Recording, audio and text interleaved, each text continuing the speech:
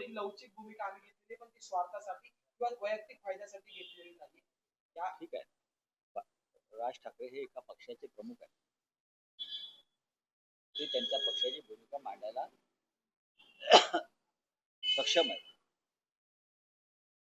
आणि त्यांनी ती मांडली असेल, त्याच्यावरती मी बोलणं योग्य नाही. पण राऊतसाहेब त्या ट्विटमध्ये राज ठाकरे असं म्हणतात की भूतकाळ बाळासाहेबांनीही काही लवचिक भूमिका घेतल्या पण मराठी माणसाचं प्रेम त्यांच्यावरचं तसूवरही कमी झालं. मला त्याच्यावर बोलायचं नाही. आज राज ठाकरे यांचा बाळासाहेबांवरचा एक अप्रतिम लेख आम्ही सामनामध्ये प्रसिद्ध केलेला आहे, तो जरूर वाचा.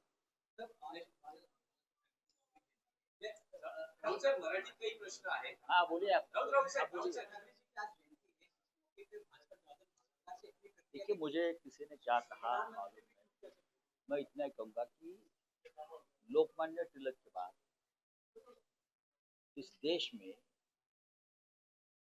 एक ऐसे व्यक्ति का जन्म हुआ महाराष्ट्र में, उनका नाम बाळ केशव ठाकरे, वो बाळ गंगाधर तिलक थे, ये बाळ केशव ठाकरे, वो भी लोकमान्य थे और बाळ केशव ठाकरे यानी बालासाहेब ठाकरे भी लोकमान्य रहे.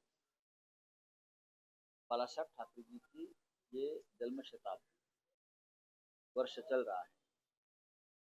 आज पूरे देश से संदेश आ रहे हैं, इसमें प्रधानमंत्री भी है हमारे.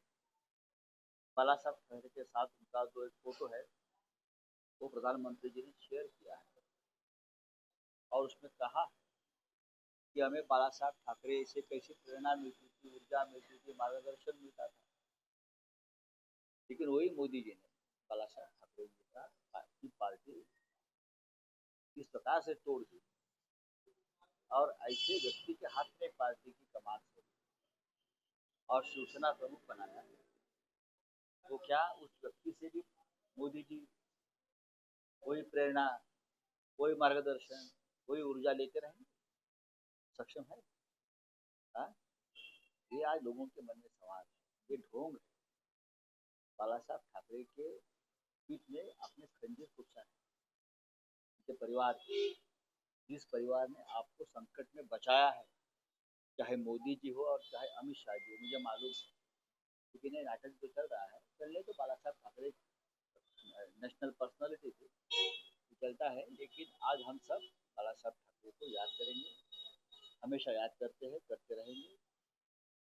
आज शाम को श्रीमुखानंद हॉल में शिवसेना की तरफ से एक भव्य कार्यक्रम का आयोजन किया है. अर्थात शिवसेना पक्ष प्रमुख पार्टी चीफ उद्धव ठाकरे जी है वहाँ, महाराष्ट्र नवनिर्माण सेना के प्रमुख राज ठाकरे जी भी उस कार्यक्रम में शामिल होने वाले हैं. मुझे मालूम नहीं.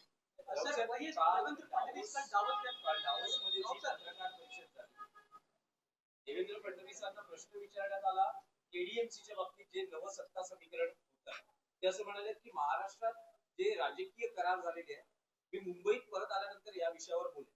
मला असं वाटतं की जे काही घडले केडीएमसी मध्ये ते फडणवीसांना पटलं असेल. मला असं वाटतं की त्यांना पटलं असेल. हे मी आधीच बोललेलो.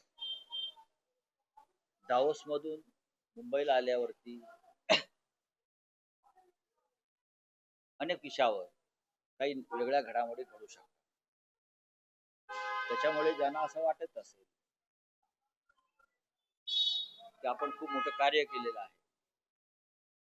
पण मुख्यमंत्री हा राज्याचा बॉस असतो.